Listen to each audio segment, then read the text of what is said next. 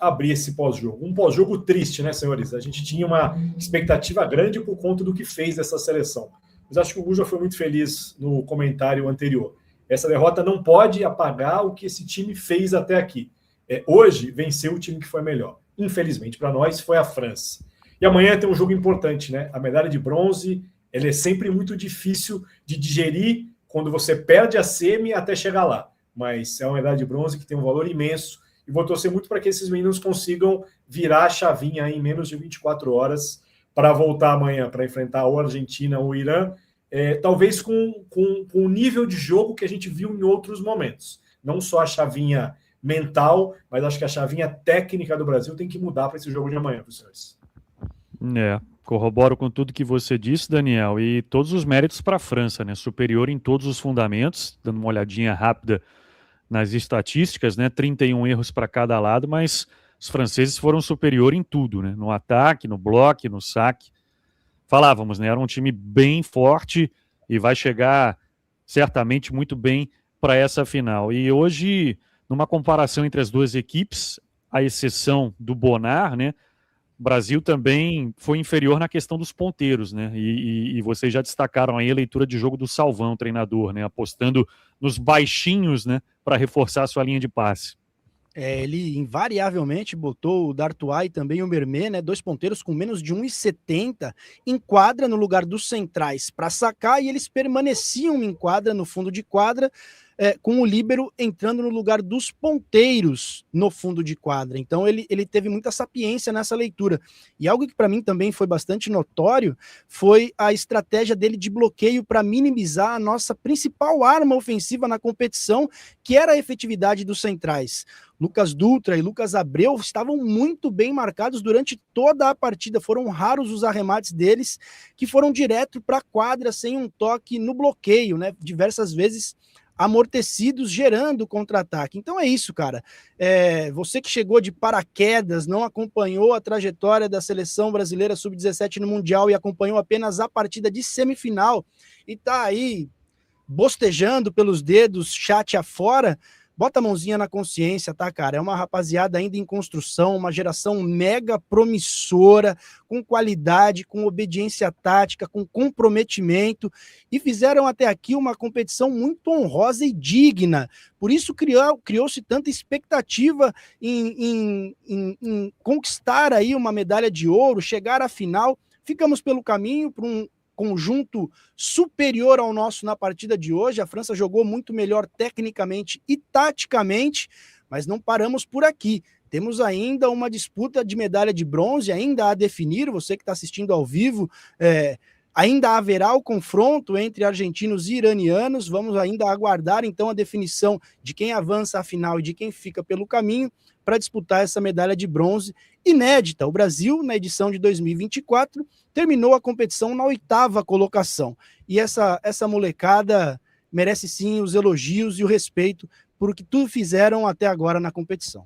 Exatamente, né? Poxa vida, que bacana a gente poder vir aqui e dar a letra numa semifinal de Mundial de Base, né? Com tudo que a gente tem vivenciado aí nos últimos dias, né? Nos últimos meses, com tudo que a seleção adulta não vem produzindo, né? Então, realmente aquilo, eu mantenho aqui meu comentário, é um alento, um sopro de esperança, muito bacana a gente poder ter essa oportunidade aí, diante de tudo que a gente tem observado, né? Então, parabéns aí ao Zene, à comissão técnica, aos atletas brasileiros, e se motivar e entrar com tudo amanhã em busca desse pódio.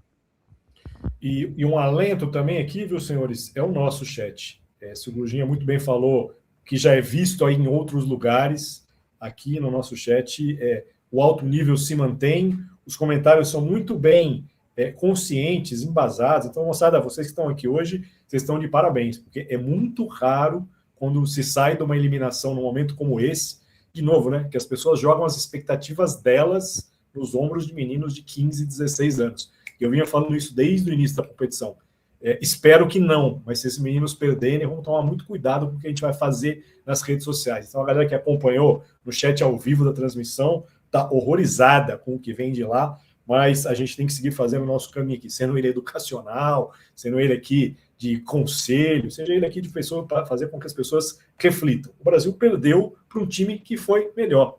ponto final. Isso vai decretar fim de carreira de meninos de 15, 16 anos? Muito pelo contrário. A gente tem que seguir tentando fazer com que o vôlei brasileiro possibilite que o caminho desses meninos seja de chegar no profissional, seja para jogar na seleção ou não, mas que eles possam chegar ao profissional. Muita gente nessa idade sequer chega ao profissional. A gente tem uma geração boa, a gente tem uma geração promissora, e a gente tem uma geração que talvez supra problemas latentes da nossa base atual, que já estão refletindo no adulto há um tempo.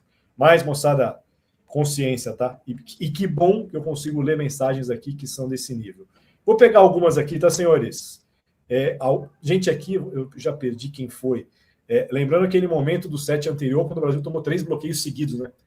Coisas que mudam o jogo, né? O bloqueio brasileiro hoje não conseguiu fazer tanta diferença. Já o francês não só pontuou mais, como amorteceu muito, né, senhores? A gente enalteceu vários pontos do jogo francês, mas para mim, o sistema defensivo, a partir do amortecimento do bloqueio, foi acima da média da França hoje. 9-5 em bloqueios, favorável ao conjunto europeu, 4 deles do Eban Eon. Inclusive, nesses 3 pontos consecutivos que a gente tomou lá, naquela fatídica reação francesa, foram dele, né? Os 3 pontos de bloqueio foram dele, uma chegando no triplo lá na ponta e depois 2 vezes fechando a porta do Arthur na saída de rede. É isso, temos que analisar o desempenho, o resultado esperado, o resultado que criou-se expectativa seria o favorável. A gente trouxe aqui também no nosso pré-jogo todos os devidos cuidados com o conjunto francês, uma escola francesa de muita qualidade, atual bicampeão olímpico, mas o que a gente viu hoje em quadra foi realmente uma França superior, usando das estratégias, foi bem, foi sapiente também o Salvan na beira da quadra, tirou o seu capitão de quadra, o seu levantador capitão, que veio ali de uma bola atacada meio que na louca, e depois 2 bolas consecutivas mal levantadas, para além da escolha da distribuição, né, a precisão não foi boa, ele botou o seu segundo levantador, o Luan Fitoussi, e ele terminou em quadra, desde que entrou não saiu mais, não fez nenhuma inversão, até porque também não poderia deixar de ter em quadra a ofensividade do Bonar.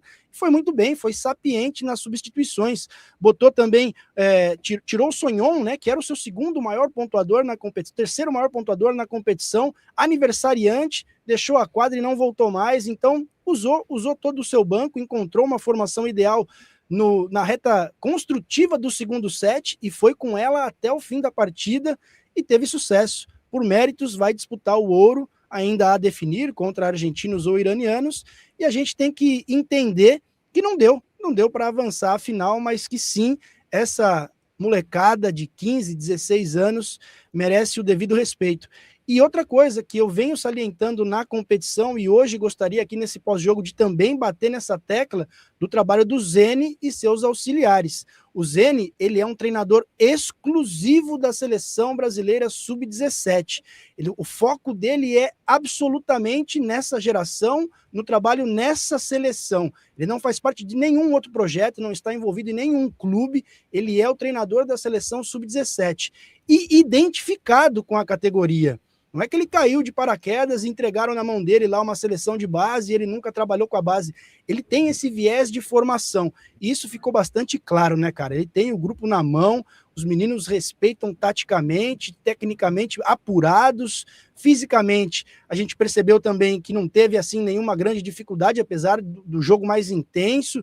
Então, trabalho louvável. Vamos torcer agora para que a gente volte para casa lá de Doha com a medalha de bronze pendurada ao peito.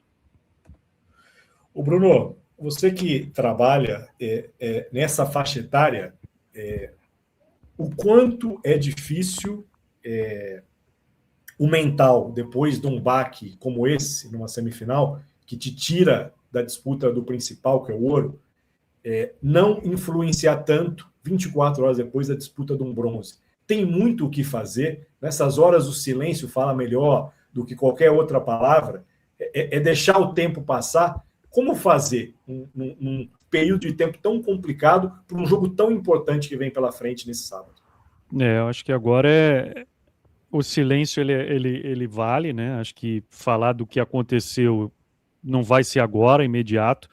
colocar a molecada para assistir a segunda semi, né, e já puxar esse foco para o jogo, né, trabalhar. Eu acho que o melhor remédio é o trabalho. É claro que vai ter a tristeza, tem que dar um tempo para esse resultado ser digerido, mas é já colocar todo mundo para assistir, para estudar Irã e Argentina, e venha quem vier entrar muito focado e muito motivado, né, em busca dessa medalha de bronze, né? A gente está falando de um pódio num campeonato mundial, né? E por tudo que vocês falaram, né? Qual a chance da gente disputar isso de novo, né? Para esses garotos, né? Muita gente não chega no profissional, né? Então, acho que eu iria nessa linha de trabalho, de focar na trajetória, né? 4 meses juntos, né? E não pode acabar sem medalha. Eu acho que o meu discurso seria esse, né? Vamos fazer de tudo para que não acabe sem medalha. Vamos fazer de tudo para que acabe no pódio. Boa, deixa eu colocar algumas mensagens da galera aqui. Simoninha escreve: a forma dele conversar com os meninos mostra isso, sabe se comunicar. Imagino que ele esteja falando do Zene. Obrigado pela mensagem aqui, Simoninha. Quem mais? O Felipe fala que tem um jogador que começou a treinar vôlei há menos de um ano. Imagina isso, né? É o que ele fala, né? A gente, muitas vezes não, na maioria das vezes, nesse cenário de base, se conhece muito pouco dos atletas, né? Nós aqui, em tese, somos os especialistas, temos que trazer para vocês, conhecemos muito pouco deles, porque eles estão numa trajetória que muitas vezes o levantador vira ponteiro, o ponteiro vira oposto, o central vira levantador. Eles estão numa fase que o vôlei ainda é um embrião. O que vai ser lá na frente é muito difícil saber. Quantos deles, talvez a gente esteja aqui numa transmissão da Superliga 2030, 2031, falando deles, né? Aquele menino que jogou aquele Mundial Sub-17 e ficou e prosperou e hoje está no time, já é utilizado. Então, assim, tem um caminho ainda tão longo pela frente, né? Que a gente acha que tem que, nessas horas, ser muito mais imediatista, né? O que tem para amanhã? Uma disputa de medalha de bronze. São esses meninos que vão estar lá, são esses meninos que vão estar dando a vida, certeza, por essa medalha de bronze. Então, vamos devagar, moçada, vamos devagar, porque ainda tem muita coisa pela frente. A galera assustada com os comentários que eles veem em outros lugares, pelo menos não estão aqui, felizmente, viu? E aí eu fico feliz, viu? Fico feliz porque, olha, que a gente já teve trabalho aqui nesse chat também em outros momentos. O Felipe pergunta aqui: faltou usar mais o meio por causa do passe? A gente já mencionou, né? A estratégia francesa foi muito bem armada para minimizar a efetividade dos nossos centrais. Tanto o Lucas Dutra quanto o Lucas Abreu estavam muito bem marcados. Bloque ajudando, né? Extremidade ajudando a proteção a essa bola de primeiro tempo. Era uma arma brasileira que deu certo em todas as partidas, mas que hoje, não por demérito dos atacantes, e sim por mérito de uma estratégia utilizada para minimizar essa ofensividade brasileira. E não faltou do Pedro também, tá? O Pedro manteve essa lucidez, manteve a possibilidade de acionar os centrais com o passe um pouco mais afastado e com a baixa efetividade devido à marcação adversária, ele passou a utilizar mais a bola de segurança, tanto para frente quanto para trás, né? Não arriscou mais, a gente não viu mais aquele chute meio bem mais aberto, uma bola um pouco mais lenta no meio, só que muito alta, né? Pô, o Lucas Abreu alcança 3,53 de ataque, cara, é uma impulsão absurda ali, né? Principalmente para a idade. Estamos falando de um jogador de 16 anos.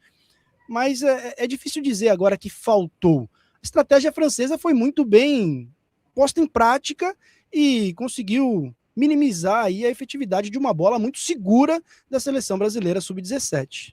O Campeonato Mundial do Pedro é primoroso, né, cara? Que levantador especial. Meu Deus, a gente está falando aí de grau de dificuldade de levantamento, né, Gorja? De baixíssimos momentos de imprecisão. E liderança, né, Bruno? Escolhas, liderança. Saca a viagem, impressionante, cara. Eu tô muito impressionado e muito feliz aí com o campeonato do Pedro, viu? A gente já falou aí, filho do Rafinha. Poxa, muito legal ver um jogador mostrando o nível que ele mostrou com essa idade. É diferente, né? É nitidamente diferente, né? Eu acho que vocês têm um olhar muito mais fácil de perceber quando o menino é diferente. E eu acho que aqui, vamos dizer, no cômputo geral, quando a galera olha para um jogo desse de sub-17, percebe que tem algo especial, tem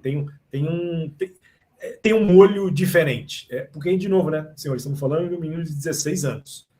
Algumas coisas a gente não vê em levantadores profissionais, né? Levantadores que já têm uma bagagem, né, muito maior. E a facilidade com que ele mostra para levantar, né, a facilidade para fazer levantamentos de manchete, às vezes para trás, é um negócio realmente diferente. E, de novo, a gente tem que tomar muito cuidado quando a gente coloca expectativas num garoto assim, né? Porque, de novo, a gente está tão carente no adulto que parece que amanhã a gente vai ver uma convocação do Bernardo chamando um menino desse para jogar um sul-americano adulto. E tem um caminho tão grande, né, para que isso aconteça ainda. Então a galera acho que tem que entender. Tem um talento talvez geracional aparecendo. Mas com 16 anos a gente não sabe como ele chegará aos 19, como ele chegará aos 20 e por aí vai.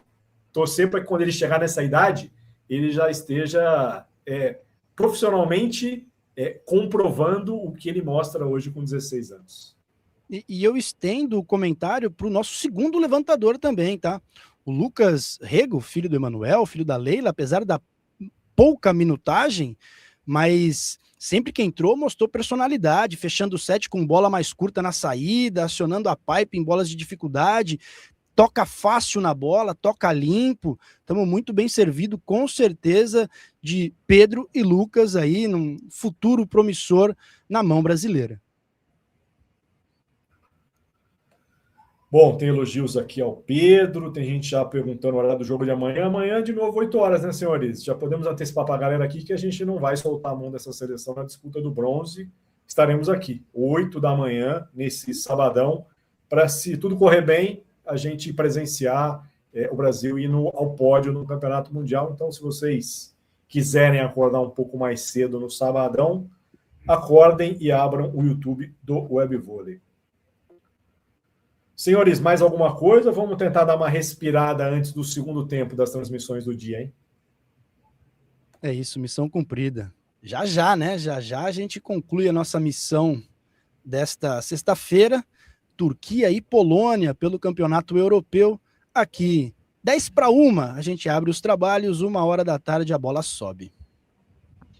É isso, meus amigos. Por enquanto, muito obrigado. Valeu, Johnny, valeu, Gurja, valeu, Daniel. E já tem jogo encerrado, inclusive, pelo Europeu. A Romênia batendo a Espanha 3-0, 2 seleções eliminadas no grupo C, né, o grupo de Portugal. Então, a Romênia fica com o 5º lugar. A Espanha se despede na última colocação desse grupo. Temos bola em jogo para a Eslovênia e Hungria. Então, até logo mais para esse Polônia e Turquia, que vai definir o líder do Grupo A. Para você que está assistindo o corte aí, não esquece do like, do hype, se inscreve no canal e a gente se vê na próxima. Webvôlei, vôlei é o que nos une.